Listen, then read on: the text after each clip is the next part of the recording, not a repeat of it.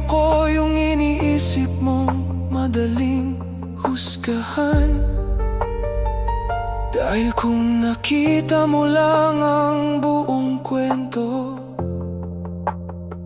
baka iba rin ang naging tingin mo sa'kin. Sa mata